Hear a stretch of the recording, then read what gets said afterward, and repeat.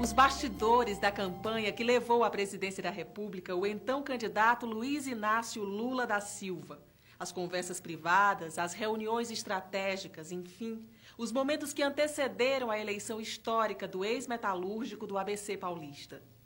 E a história de muitos desses trabalhadores que tomaram parte nos movimentos grevistas de 1979 e 1980 compõem o roteiro dos documentários Entre Atos, de João Moreira Salles, e Peões, de Eduardo Coutinho.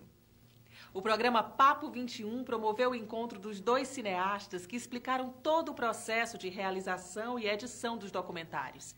Eles participaram de um debate com a plateia presente no Centro Cultural Banco do Nordeste, mediado pela jornalista Aurora Miranda. Através das falas de João Moreira Salles e Eduardo Coutinho, vamos desvendar um pouco desses dois filmes que se completam. Eu luto, não é de graça. Novembro de 79, Maravilha. Maravilha. E guardar, né? Você guarda desde aquela época? Na época?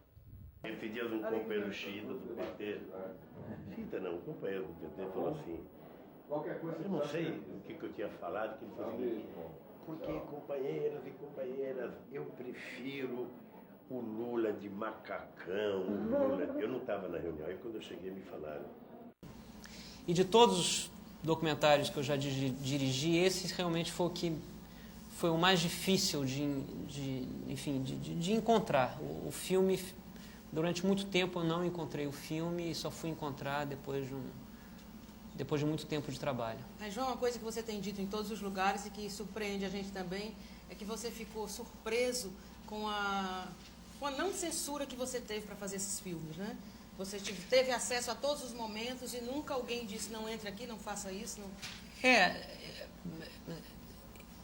Esse foi uma... Eu nunca tinha feito nada sobre campanha política, eu não sabia como funcionava uma campanha política, né? Então, depois do encontro que eu tive, um único na minha vida, encontro formal que eu tive com Lula, em que eu propus a ele o filme, já em agosto, 2 ou 3 meses antes de eu começar o filme, que ele disse sim. Nesse intervalo entre o sim dele e o início das filmagens, eu fiz na Videofilmes, a minha produtora, 3 ou 4 seminários para a equipe, para mim e para a equipe, convidando pessoas que conhecem política e que sabem como funciona uma campanha, para nos dizer o que era importante filmar, o que não era importante filmar, o que era delicado filmar, o que valia a pena insistir para filmar. E uma coisa que era meio unânime de todas as pessoas que vieram, jornalistas, fotógrafos, pessoas que já trabalharam em campanha política e tal, todas elas diziam que a gente estava chegando tarde demais. Quer dizer, tarde demais para conseguir penetrar no coração da campanha. Ninguém nos conhecia, eu não mantenho, evidentemente, nenhuma relação histórica com o PT, eu não conhecia o Lula antes. Portanto, nós éramos de fato um corpo estranho. Todo mundo dizia, olha, é difícil um corpo estranho penetrar no coração de uma campanha, principalmente nos últimos 30 dias de uma campanha vitoriosa, porque tem muita coisa em risco ali e eles não vão permitir, né? Não vão deixar. Então, esse é um filme que se filmou o tempo todo. A gente filmava todas as negociações, todos os telefonemas, todas as tentativas de entrar nos lugares, imaginando que o filme seria apenas isso. Uma tentativa, uma negociação interminável que provavelmente terminaria sempre numa porta fechada. E foi exatamente o contrário que aconteceu. Quer dizer, nos primeiros 40 minutos de filmagem, eu olhei para o Walter Carvalho, o fotógrafo, que me olhou e falou, esse problema a gente não vai ter, porque esse cara é diferente. Ele realmente, na hora que ele disse pode filmar, ele está deixando filmar, né? E eu acho que isso é uma coisa que não se tira do Lula. Quem gosta, quem não gosta do Lula, mas que de fato ele permitiu que um filme fosse feito por uma equipe independente no coração da campanha dele nos últimos 30 dias, isso ele deixou. E nenhum outro candidato na história do documentário, e existem muitos documentários sobre campanha política, nenhum deixou. O Kennedy não deixou, o Clinton não deixou, o Giscard d'Estaing não deixou, o Sarney não deixou aqui, enfim, porque de fato é muito perigoso. E isso ele deixou e o filme foi feito sem nenhum tipo de interferência dele. Eu também nunca recebi um único telefonema dele ou de alguém em nome dele dizendo que quero ver a fita, quero ver o que você está fazendo, etc e tal.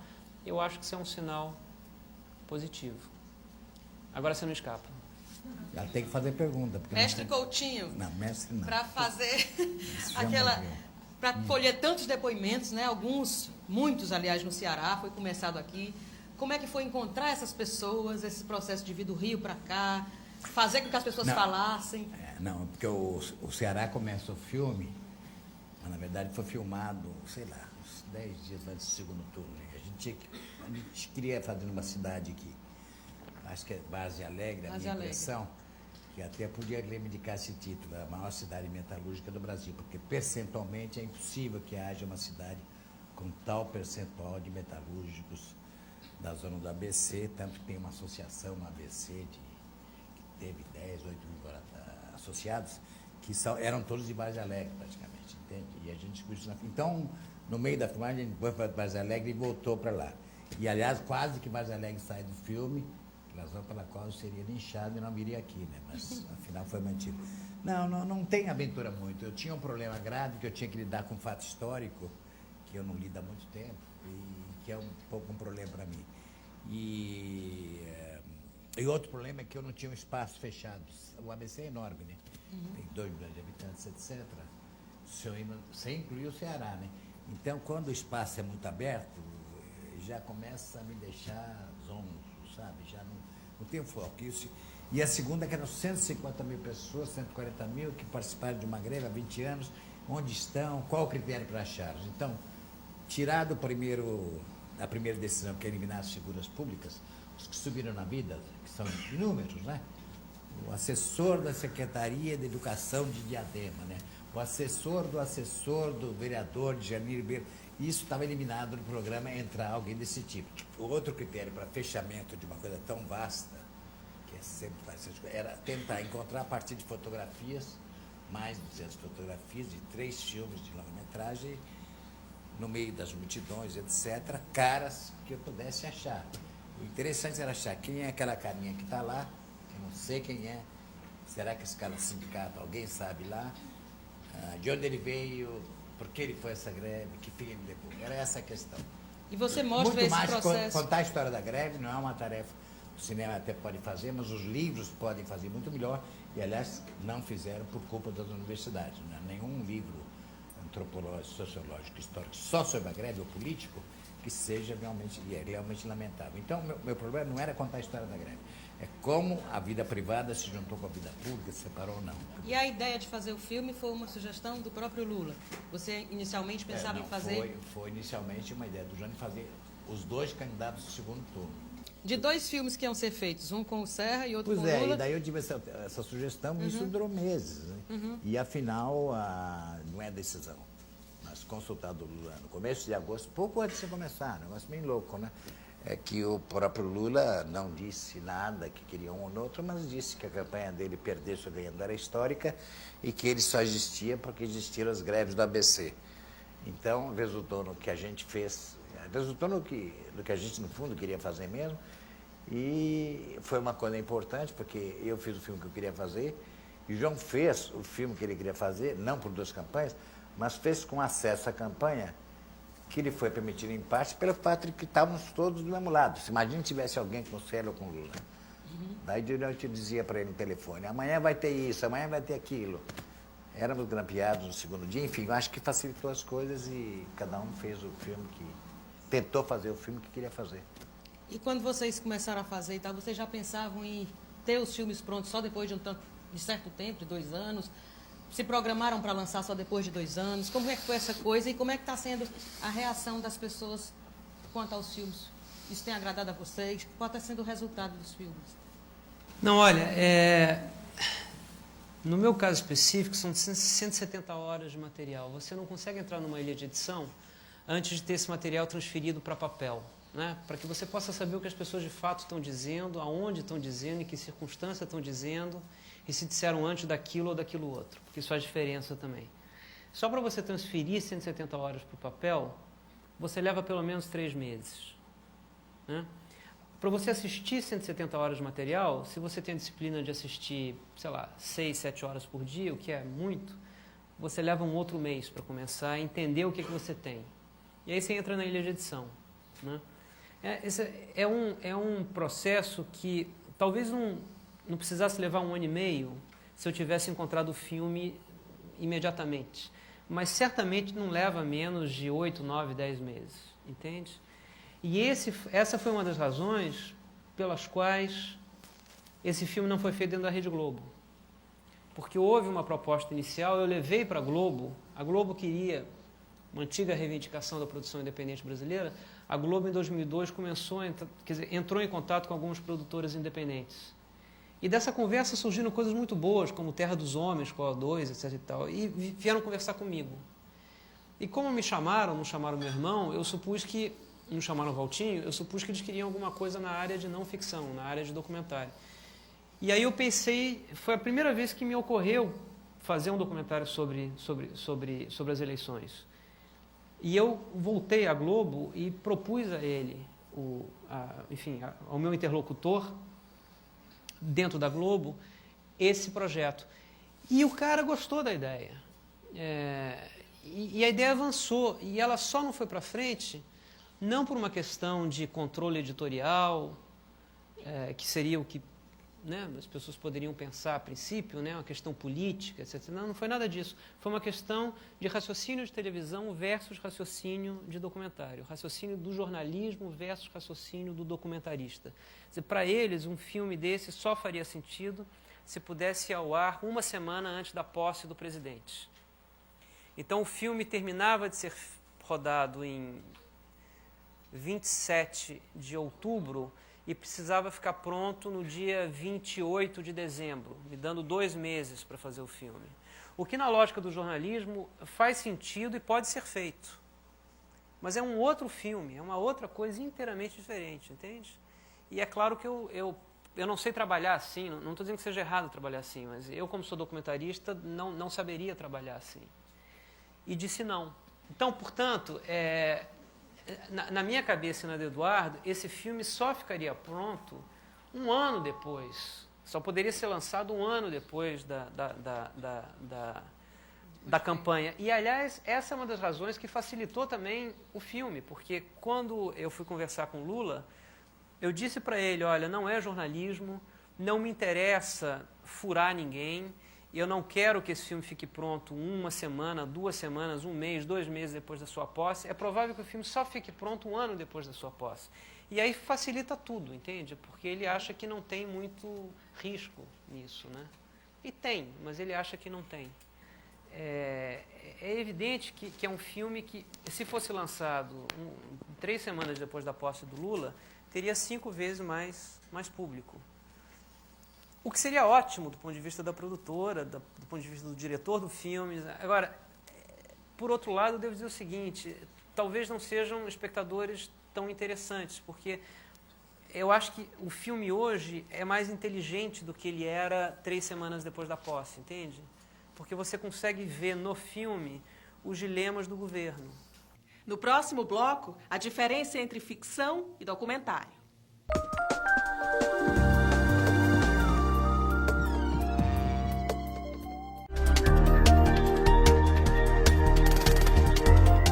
O melhor da programação do Centro Cultural Banco do Nordeste, agora em DVD. Ouçam, meus senhores todos, uma história de espantar. Lá vem a nau Catarineta, que tem muito que contar. A gente faz o que a gente pensa.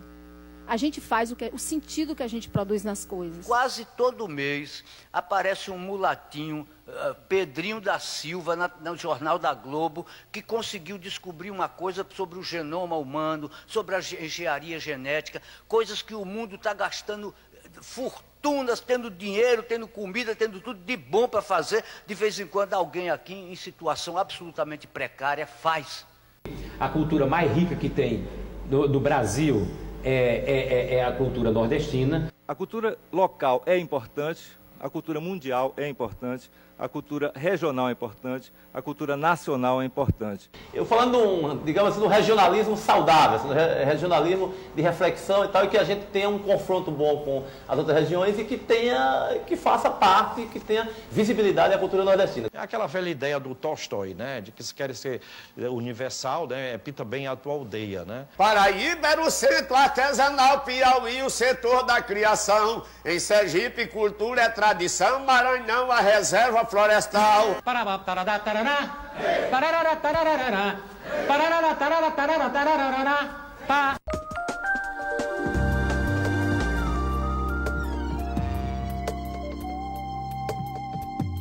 As experiências transmitidas pelo documentário não são suficientes para prender o público. E somente em alguns casos os filmes desse gênero conseguem superar a ficção. Pelo menos é o que pensam alguns cineastas. Para outros realizadores, o documentário sempre agradou o público brasileiro. Mas por conta de um complexo de inferioridade, o documentário continua sendo marginal. Esta também é a opinião de Eduardo Coutinho. Eu costumo dizer uma coisa meio demagógica, é o seguinte, você tem um contínuo que de um lado você tem a ficção, né? E de outro lado é jornalismo. Bom, além desse contínuo, tem um troço absurdo que eu odeio por razões puramente paranoicas, que é o desenho animado, ou a imagem sintética, daí está fora, né? Está fora do contínuo, mas enfim, imagens reais, você faz a ficção e faz o jornalismo. E num terreno movediço entre eles, tem um documentário. Agora, certamente em princípio, é difícil dizer numa palavra que diferencia, porque se aproxima. Mas, primeiro, claro, que o jornalismo não é para durar, né? Não dura. Depois ele vira arquivo de outra coisa, mas não dura, e documentário, idealmente, deve durar. Um filme documentário deve ser melhor 10 anos depois do que na época. É o caso que, provavelmente, que vai ser com Entreados.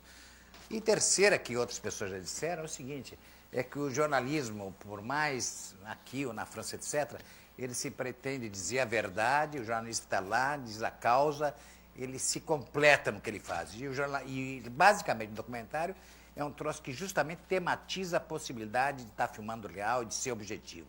Isso é tematizado, isso é colocado em questão. Isso daí é uma radical diferença, entende? É claro, no caso do Lula, então, é uma visão pessoal, tem um troço que não tem nada a ver com o jornalismo, entende? Embora pareça, mas não tem. É mais fácil você estabelecer a diferença entre documentário e ficção. Essa, para mim, é mais simples. Apesar de ser uma velha questão do gênero, né? A maioria dos livros que são escritos sobre documentário tentam responder essa pergunta. Quer dizer, qual é a fronteira que separa o documentário de ficção? O que separa o documentário do jornalismo é um pouquinho mais complicado, porque às vezes se aproxima. No jornalismo escrito, por exemplo, o jornalismo não dura? Sim, mas a pretensão, por exemplo, dos novos jornalistas na década de 60... o Truman Capote, o Gay Talese, essa gente toda, era de fazer textos que tinham a mesma... E alguns têm mesmo, quer dizer, a mesma durabilidade, a mesma desejo de eternidade, digamos assim, da grande ficção. E eu acho que algumas reportagens conseguem isso, né? Eu acho que um dos critérios que poderia diferenciar o jornalismo do documentário é que, na verdade, o critério último do jornalismo está fora dele. Quer dizer, é uma referência com o mundo, entende? E o documentário, em última instância, a referência última tem que ser o próprio filme. O critério de qualidade, digamos assim, para usar uma palavra um pouco vaga, mas o valor de um documentário não é ele refletir ou não, com objetividade ou não, alguma coisa que está fora dele. O critério último é a qualidade do próprio discurso do documentário, entende? E isso, evidentemente, não pode valer para o jornalismo. Você, inclusive, declarou o seguinte, que todo documentário... O documentário é para dentro, entende? O jornalismo é para fora. Você declarou também que todo documentário é autoral, se não for, não é nada. Mas eu acho que isso, de certa maneira, deve valer também para o jornalismo, entende? Quer dizer, a qualidade de um grande jornalista é que ninguém poderia escrever. Não é à toa que você está citando um novo jornalismo escrito, né? Não, porque o jornalismo de televisão ele entra num nexo industrial. E tudo que entra no nexo industrial, evidentemente, elimina a idiosincrasia, porque a idiosincrasia atrapalha a eficiência do processo, entende? Então, você cai, quer dizer, se você assiste um Globo Repórter, você não sabe quem dirigiu aquilo, né? Porque é intercambiável, você tem uma fórmula, você tem um modelo, E as pessoas são eficientes dentro daquele modelo. E o documentário não deveria caber num modelo industrial, entende? Ele é exatamente o que escapa ao modelo industrial, ele é necessariamente... O Eduardo usa a palavra artesanal, e é isso mesmo, quer dizer, ele tem que ter a cara de quem faz e ele tem que ser diferente. O documentário que eu faço, se for igual ao do Eduardo, não tem valor nenhum, entende? Não obrigatoriamente o documentário tem que mostrar todos os lados da verdade, né? Pode mostrar só o seu, e o jornalismo tem que fazer isso, né? Mas eu acho que, sobretudo, o documentário tem que propor um discurso sobre si mesmo, entende? Quer dizer, se você escolhe fazer de uma maneira e não de outra, você tem que ter uma razão interna para isso, entende? E toda vez que o documentário produziu uma novidade, quando você olha a história do documentário, duas coisas interessantes você observa. A primeira delas é que as revoluções do documentário geralmente vêm de pessoas que são de fora do campo do cinema, né? O documentário não precisa ser feito por cineasta. Isso é muito importante, que as pessoas saibam disso. Então, com exceção talvez do Dziga Vertov, que era um experimentalista soviético, o Flaherty, que é o primeiro documentarista, era um explorador. O John Rush era um etnógrafo. O documentário da década de 60 americano é uma invenção de jornalistas. O documentário social inglês é uma invenção de cientistas políticos, de, enfim, reformistas sociais, digamos assim, né? O documentário permite isso. Essa é a primeira coisa que você observa. Portanto, não é apenas um discurso do cineasta, é alguém que vem de fora. A segunda coisa que você observa na história do documentário é que toda vez que uma ruptura ocorre, quer dizer, um corte epistemológico... Essa palavra tinha combinado, tinha que sair. A gente tem isso. Não, tem isso. Eu jogo uma palavra erudita para ele tem que encaixar. A dele ele não conseguiu encaixar ainda. Mas a minha foi bem encaixada. Foi. Toda vez que se produz o tal corte, se produz porque alguém produz uma novidade no discurso do documentário, entende?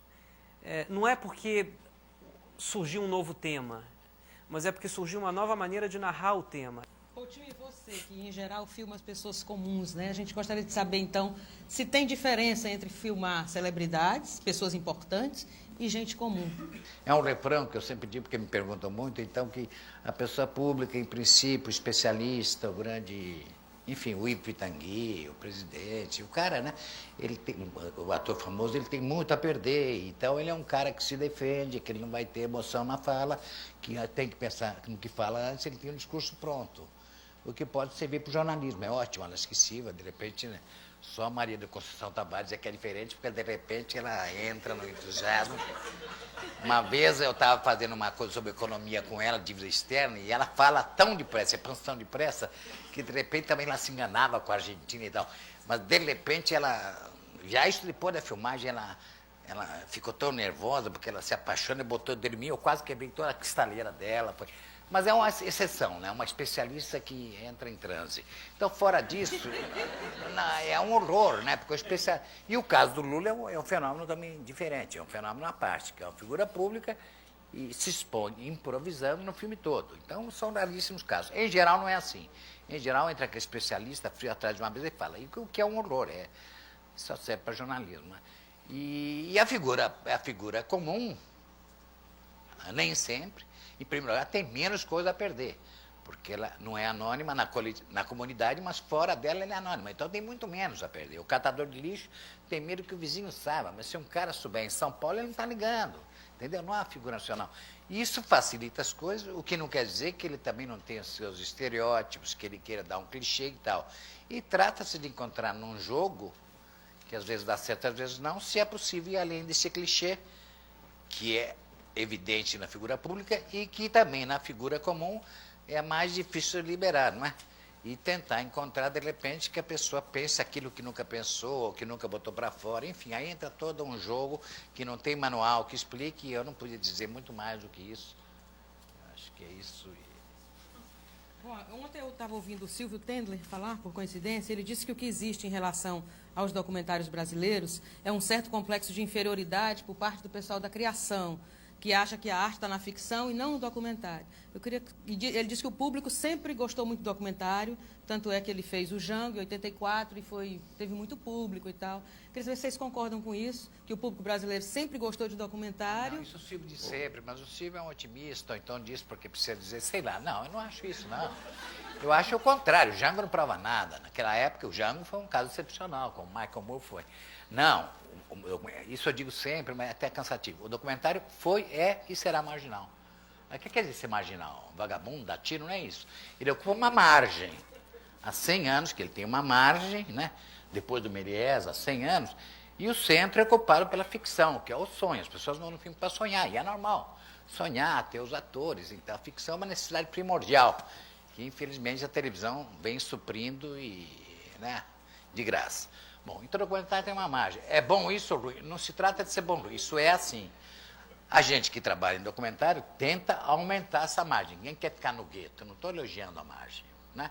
A gente tenta aumentar a margem e aí significa entrar na televisão fechada, depois tentar talvez aberta, enfim. A gente não se conforma em ficar no espaço. Acho que é possível o documentário ser apreciado em si, até como matéria de sonho, né? Porque é mentira que o documentário seja só... O documentário diz a verdade, o documentário educa. Quando me dizem que uma coisa educa, eu fujo imediatamente, né? Você vai numa favela dizer que você vai educar alguém, as pessoas disparam, pô. Pô, alguém quer me educar, né? Então, eu acho que tem que tirar essa maldição que acompanha o documentário desde 80 anos, que o documentário é para educar, é didático, é para convencer. O documentário é um assistente social, é um missionário. Ninguém vai ver. Eu sou o missionário que vem salvá-lo, sabe? Vai para o Havaí, vai para a Amazônia dizer isso. Isso não dá, né? O Havaí. O Havaí teve, há muito tempo, teve os búzios do Havaí, então tinha gente lá salvando, os padres. A nossa missão não é salvar ninguém, sabe? Isso, então, tirar essa marca de... que para os americanos tem muito isso, é serviço social, sabe? Você é um assistente social, você não é nada disso, né? Você não pode ajudar ninguém, você filma e daí vamos ver o que acontece. E a partir disso aumentar essa margem, entende? Agora, não vai ter ilusões de que sempre a corrente principal vai ser o filme de ficção. É evidente, isso é uma...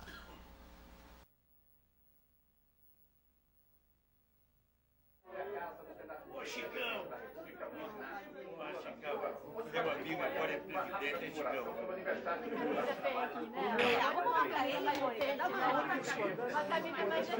Se chorar perto de mim, vai pro balaio.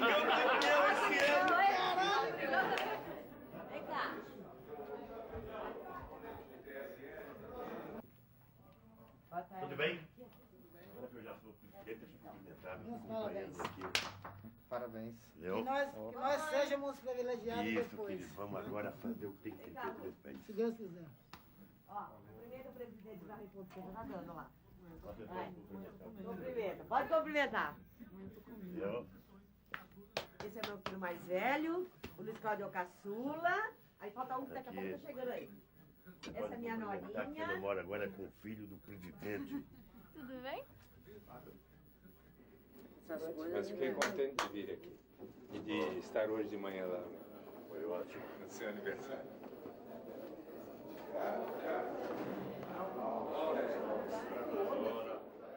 O filme termina no dia em que o Lula se elege. Daquele dia até o dia seguinte, eu filmei mais duas coisas. Eu filmei o discurso da Paulista. O Lula sai daquele elevador, vai para a Paulista e faz um discurso que termina às 2h, uma coisa assim. Eu filmei isso. E eu filmei também o dia seguinte. E no dia seguinte é um documento extraordinário, porque ele vai para uma suíte de hotel e nessa suíte de hotel só tem ele, o intérprete dele e a minha equipe, não tem mais ninguém. Aí o Gilberto Carvalho. E um aparelho de som e 2 caixas. E por essas caixas vem a voz dos presidentes ou primeiros ministros do mundo inteiro que ligam para o Lula para parabenizá-lo. E um deles é o Bush. E você tem uma conversa que nunca foi filmada, eu não conheço isso, que é o presidente americano ligando para alguém para parabenizá-lo, e você ouve a voz do Bush, porque o Bush está na caixa de som e tal. E o Bush está a bordo do Air Force One, para ficar mais épico ainda. E você sabe que ele está a bordo do Air Force One porque tem toda uma triangulação da Casa Branca para o Air Force One, etc. e tal. E aí o Bush fala durante 10 minutos com o Lula. E aí o Tony Blair liga também, e o Lula fala com o Tony Blair. E isso é um documento extraordinário. Do ponto de vista jornalístico, tá? É extraordinário. Mas se você se rende a ele, você termina o filme de maneira muito menos ambígua e muito mais épica do que da maneira como terminou. Porque aí é o operário falando com o imperador, entendeu? Com o dono do mundo, né? E aí você diz, bom, ele chegou lá, e aí corta a ambiguidade, o travo meio amargo daquela imagem do elevador, que no fundo é uma tradução visual de todos os dilemas que o Lula enfrenta, chegando, porque finalmente esse cara vai deixar de prometer e vai ter que realizar, entende? E vai ter que realizar cercado por uma máquina que o engole, que é o que você vê naquela última cena, né? Ele sendo devorado por todo mundo, e todo mundo vai tirar um pedaço. Então, do ponto de vista narrativo, é muito mais correto terminar com essa imagem do que terminar com um documento que é mais extraordinário do ponto de vista jornalístico. É muito mais extraordinária a conversa dele do Bush do que aquela cena que é simplesmente uma cena dele se afastando, cercado pela imprensa. Você já viu essa cena milhares de vezes. O Lula cercado pela imprensa, você já viu milhares de vezes. Por que tem força? Porque está organizado num filme. E é uma das funções do documentário, dar força pela sua organização a imagens que sozinhas não têm valor nenhum, entende? Esse é o tipo de imagem que o jornalismo joga fora. Então, mas é claro que houve a tentação de terminar o filme com a conversa do Bush simplesmente pela força da imagem. E durante algum tempo o filme terminava assim. Eu acho que foi uma decisão tardia de eliminar. E o público adoraria que terminasse o telefonema, porque o Blair é muito engraçado. O que é? O Blair é muito engraçado, o telefonema. O Blair está genuinamente feliz com a vitória do Lula. E o Bush não sabe direito quem é o Lula. E dorme no telefone 2 vezes. Ele precisa ser acordado, porque tem umas pausas assim maiores do que deveriam acontecer, né? Aí o intérprete do Bush fala assim, Mr. President, aí no travo ele acorda e responde, tá? Porque o Lula, evidentemente, na hora que começa a falar, não para. O Lula dá respostas extraordinariamente longas, né? Eu acho que o Bush devia estar com muito sono e ele dorme 2 vezes, né? Em instantes, o boom dos documentários e dos reality shows.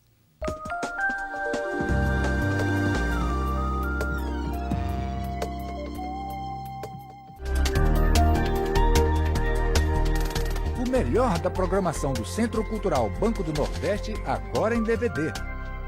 Dou prioridade realmente a esse contato com o público, que é uma coisa realmente que gratifica, que estimula, que acende a gente.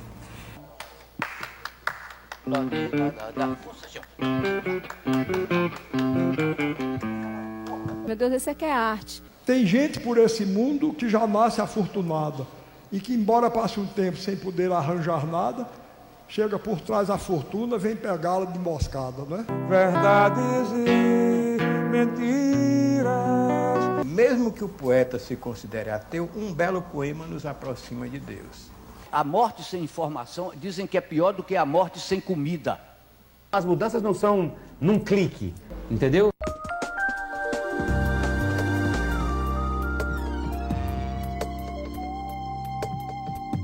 Os reality shows viraram uma obsessão e levam as pessoas a uma falsa participação na vida dos outros.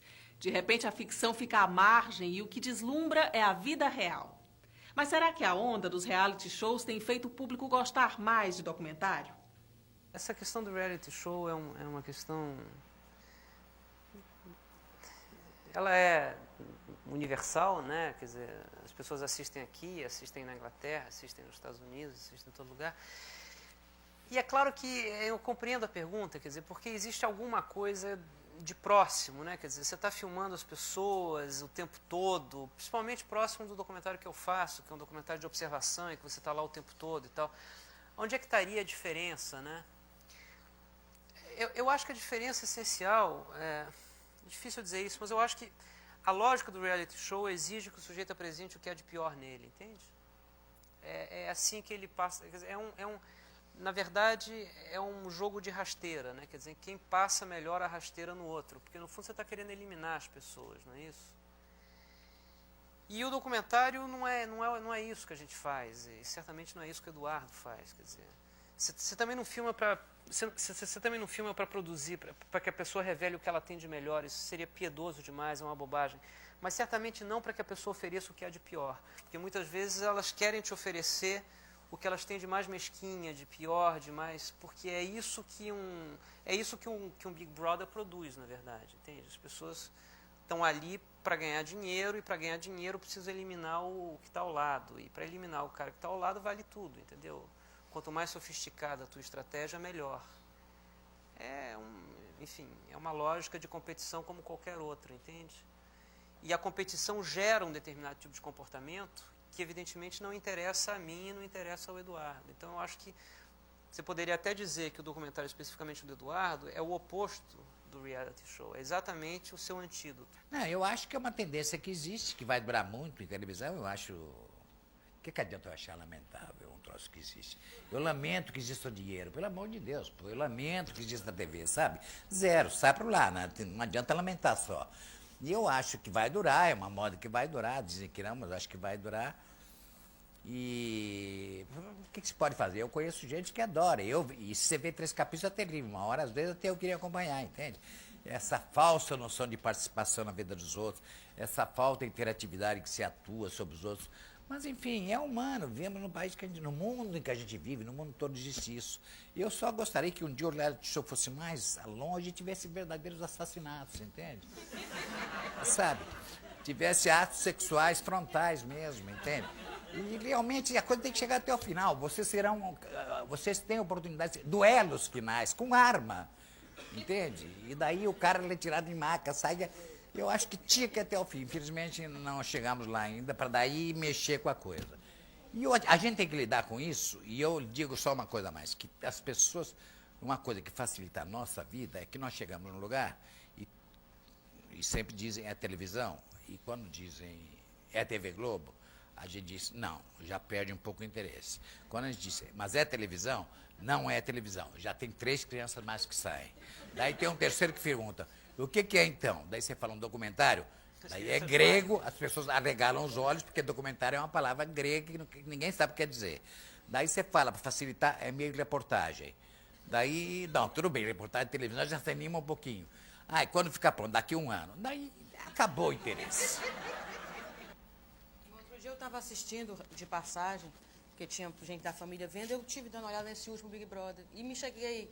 várias vezes na cabeça, me veio a ideia, não sei se é verdade ou não sei se eu pirei quando pensei nisso, mas eu pensei várias vezes se não há aqueles assessores dos escritores de novela da Rede Globo, se eles não estão por trás daqueles personagens que estão sempre nos reality shows, indicando, você vai ser a boazinha, você vai ser o chato, você vai ser o filósofo, você vai ser o que compreende, porque são sempre tipos muito marcantes, né, João? Não, mas eu acho que, eu não sei se há essa condução durante, mas há certamente...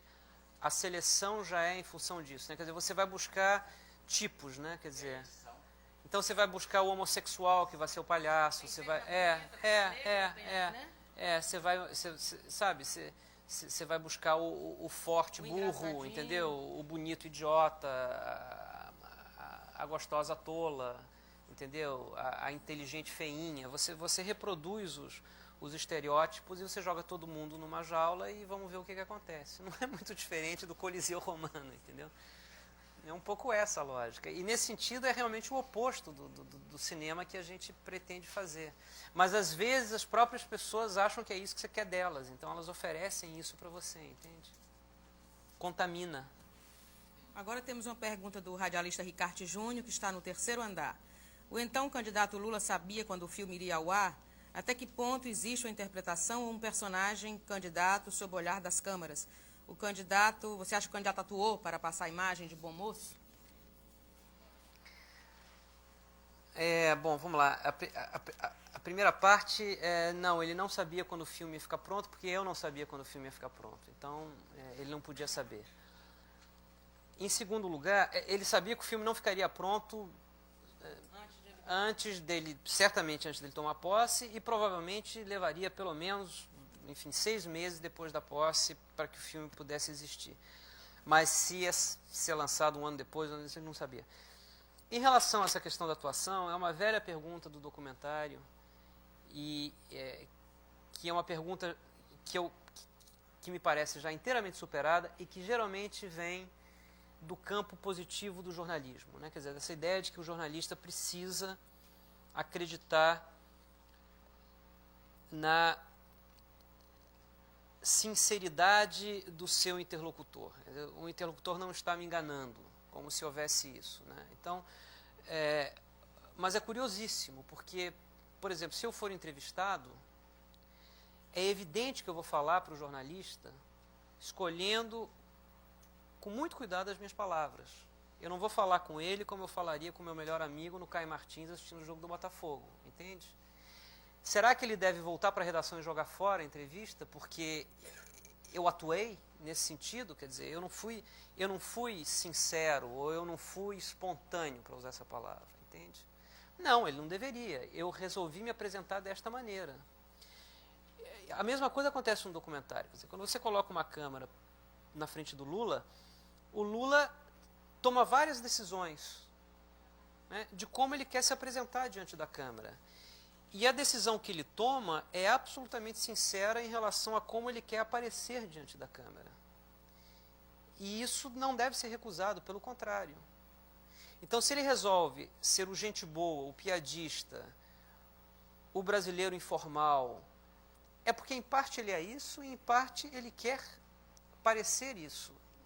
E portanto, ele está dizendo coisas muito profundas sobre como ele quer ser visto publicamente. A pergunta se o Lula estava atuando, é evidente que ele estava atuando. Agora, não é que estava atuando apenas porque tinha uma câmera. Ele atua quando ele sobe num palanque, ele atua quando se dirige ao Palocci, quando se dirige... Porque o ser humano, ele é um ser social, e em situação social, que é quase todas, a não ser que você more numa gruta e seja um eremita, você atua o tempo todo. Vilemar Costa está aqui nesse auditório, técnico em informática. Quer saber do Eduardo Coutinho que tipo de experiência você percebeu ao observar metalúrgicos, peões, que de uma certa forma produziu profundas mudanças no país e na forma de se organizar. Eles próprios, os peões metalúrgicos, têm a noção do que representam na história política do país? Você acha que eles têm noção, Eduardo? Tem essa coisa muito humana, de que você participa, às vezes, de um fato na história, às vezes muito menor e tal, e você enaltece até mais o fato, porque o fato te traz de volta uma grandeza que você queria. Mas no caso da greve é até legítimo, porque certamente é um momento, são as greves mais importantes de um século inteiro, e como movimento social talvez seja o mais importante. O problema da história do Brasil que é meio fraca, mas é um troço que é candidato a isso. Então quem participou disso, veja, participou disso. Aí tem uma coisa, se o filme foi feito 5 anos antes ou depois, pode ser diferente. Participou disso e está no momento em que um cara que os liderou, mas que só pode liderá-los, quer dizer, o líder só existe e tem os liderados, há uma dupla dependência. E que vê que esse cara, que foi metalúrgico, líder da greve, né, que não estudou, enfim, com destino comum, até porque nordestinos, muitos deles ou migrantes, vai ser presidente, se junta para sentir um orgulho maior do papel que eles tiveram na greve, que vai até um papel importante, até um papel muito pequeno. Tem uma senhora lá que ficou doente e tal, assim, tal, que certamente ela foi na greve, nunca deve ter ido ao estádio, porque era uma mulher que totalmente envolvida, não era uma mulher do não foi o sindicato que nos indicou, é uma mulher do trabalho, está lá, agradece a Volkswagen. Mas, enfim, ela participou porque, até que fosse porque tinha que ir com o grupo. João, e no caso do Entre Atos, que vocês filmaram tantas horas, como é que era o processo quando terminava a filmagem daquele dia? Vocês iam, como em geral o pessoal... Cansado. Você só viu o material filmado depois que acabou tudo, ou vocês no outro dia viam o que foi filmado? Eram, em média, 17 horas de trabalho por dia. Entende? Porque a gente tinha que acordar antes do Lula e forçosamente dormir depois do Lula, né? Porque a gente filmava o Lula desde a hora em que ele saía do quarto dele, seja em São Bernardo, seja na casa, nos hotéis, e a gente ia até o último pronunciamento dele, entende? Ou a última função dele. Então, a gente dormia 4, 5 horas por noite e havia um entendimento que foi o único entendimento que se estabeleceu entre o Lula e a minha equipe e o meu trabalho, era o seguinte: as imagens não serão vistas por ninguém. Elas não serão cedidas para ninguém durante a campanha. E a única maneira de você cumprir isso é, ao cabo de um dia de filmagem, você colocar a fita num cofre. Então, a gente comprou um cofre, a gente instalou esse cofre num lugar muito seguro, e todo dia, no fim da filmagem, um carro saía com as fitas do dia e que elas eram postas dentro do cofre. E a gente não viu nada, não revisou nada. O Colombo Cirqueira está no 3º andar, estudante da UFC. Ele pede que você comente sobre o esquecimento, entre aspas, da câmera que filmou o momento certo em que o Lula soube que tinha vencido as eleições e se o documentário seria 100% sem esta última filmagem. Não foi um esquecimento, entre aspas, foi um esquecimento sublinhado 3 vezes e com 7 exclamações. Foi esquecido mesmo. A câmera que faz a cena do... Se é isso que ele está perguntando, né? A câmera que faz a cena do Lula ouvindo pela televisão que é o novo presidente da República do Brasil, não fui eu que fiz, foi a filha do Mercadante. E ali foi uma questão de logística, porque eu não consegui chegar no quarto do hotel, entendeu? Todo mundo que podia autorizar a minha... Eu subi no quarto do hotel, aquele primeiro almoço que é filmado, sou eu que faço aquilo. E aí eu desço, porque o Lula queria descansar. E eu aviso a todo mundo que às 4h30 eu tenho que subir de novo, porque às 5 horas vai ter o boca de urna, enfim, né? E às 4h30 começou a ligar e todos os celulares estão ou fora de área ou ocupados, e não tem ninguém que possa autorizar a minha subida. Como na véspera eu tinha, enfim, eu tinha um plano B, se eu não conseguisse estar com o Lula nesse momento, eu tinha entregue uma câmera para o Gilberto Carvalho, uma câmera amadora, muito fácil de ser operada, e eu disse, olha, se eu não puder estar junto, você filma. E ele não pôde e entregou para a Mariana. Pois bem, a Mariana faz essa cena, que é uma cena crucial do filme, e é uma cena única na história do documentário. Posso dizer porque não foi eu que fiz. Quer dizer, não há nenhum registro na história do documentário de um presidente que sabe que é presidente na hora em que sabe que é informado que é presidente, né? Isso só essa imagem, né? E, portanto, é uma imagem extraordinária. Essa imagem foi feita por essa câmera. E aí a gente sobe, 20 minutos depois a gente sobe, tudo que você vê depois, o Lula que vai falar com os filhos, o Lula sentado no chão com a Marisa, vendo a sua história, passar pela televisão, tudo aquilo somos nós. E a cena do elevador.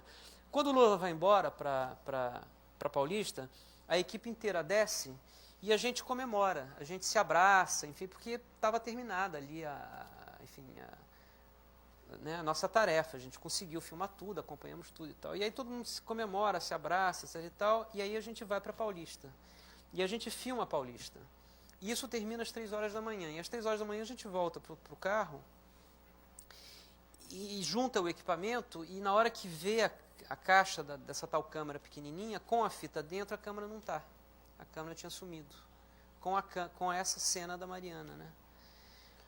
E aí é um desespero, porque a cena principal do filme que foi feita não tem mais, né? E aí a gente não sabe se foi roubado, se não foi, tal, não sei o quê. A gente liga para o hotel, pede para o hotel dar uma olhada no quadro, não está, enfim. Então, a gente acha que, enfim, a cena desapareceu e tal. E aí a Raquel, que é a produtora, no último, enfim, numa tentativa meio desesperada, disse, não, vamos voltar para o hotel. E aí a gente volta para o hotel e chega no hotel 4h30 da manhã. E às 4h30 da manhã ela entra no lobby do hotel e a câmera estava ali, num sofá. Porque na hora que a gente se abraçou e tal, alguém deve ter colocado a câmera no sofá e se esqueceu de pegar. E ela passou, acho que 9 horas ali. Imagina, porque tinha a cena do Lula, né? Toda a imprensa ali tinha, sei lá, 100 cinegrafistas, toda a imprensa brasileira, muita imprensa do mundo e tal. Aquela cena era crucial para quem pegasse. Então tinha todas as razões para alguém querer pegar aquela câmera, né?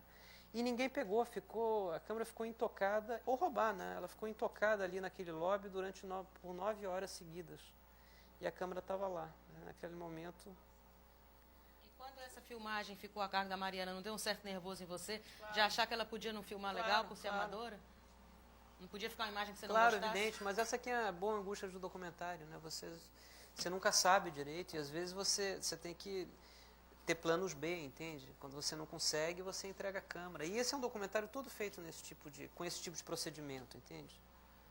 A maneira como eu me aproximo das coisas que eu filmo, eu aprendi fora do cinema. Eu não sou um grande cinéfilo, eu não tenho uma grande cultura cinematográfica, e eu acho que eu aprendi muito mais. Eu sou economista de formação. Eu aprendi muito mais a perceber o mundo por coisas que li e por coisas que vi. Eu não estou falando de cinema, estou falando principalmente de pintura, um determinado, enfim, momento da história da pintura que sempre me interessou muito. E certamente não do cinema. A minha influência maior não é o cinema, nunca foi o cinema. É por isso que eu fico até um pouco incomodado quando me chamam de cineasta. É uma palavra que eu não uso nunca. Eu sou um documentarista e até hoje, quando eu entro em hotel, eu ponho economista. Tem que preencher aquele campozinho, né? Eu tenho a minha neurose, o João tem a dele, né? Ele realmente odeia gente de cinema, ele gosta de jornalista.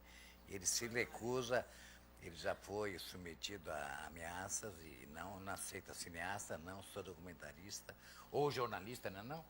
Tem opções, ou economista, mas enfim, ele odeia pessoal do cinema e tal, mas é um pouco exagero, acho eu.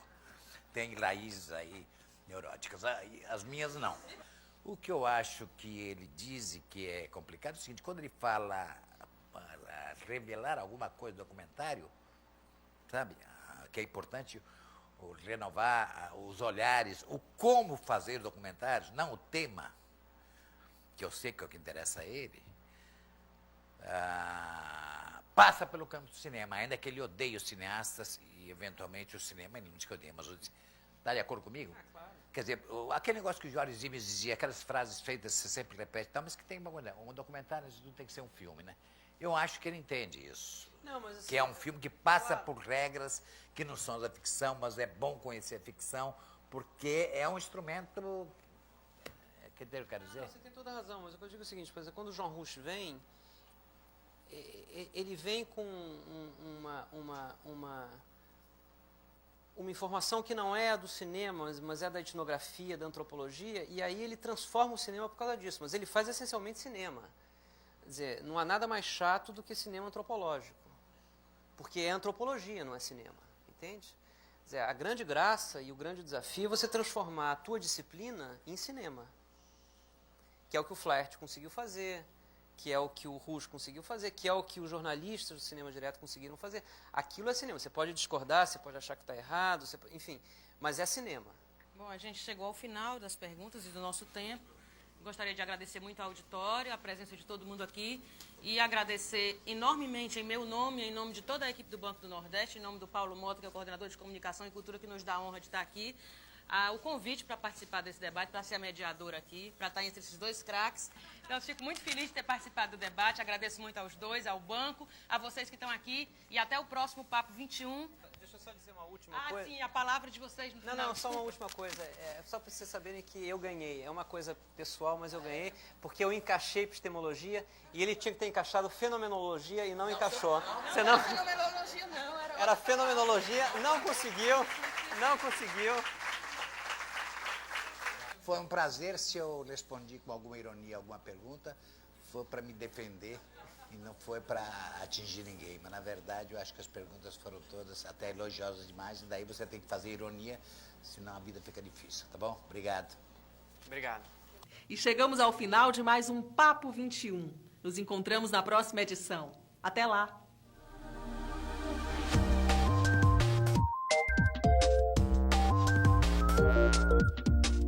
Papo 21.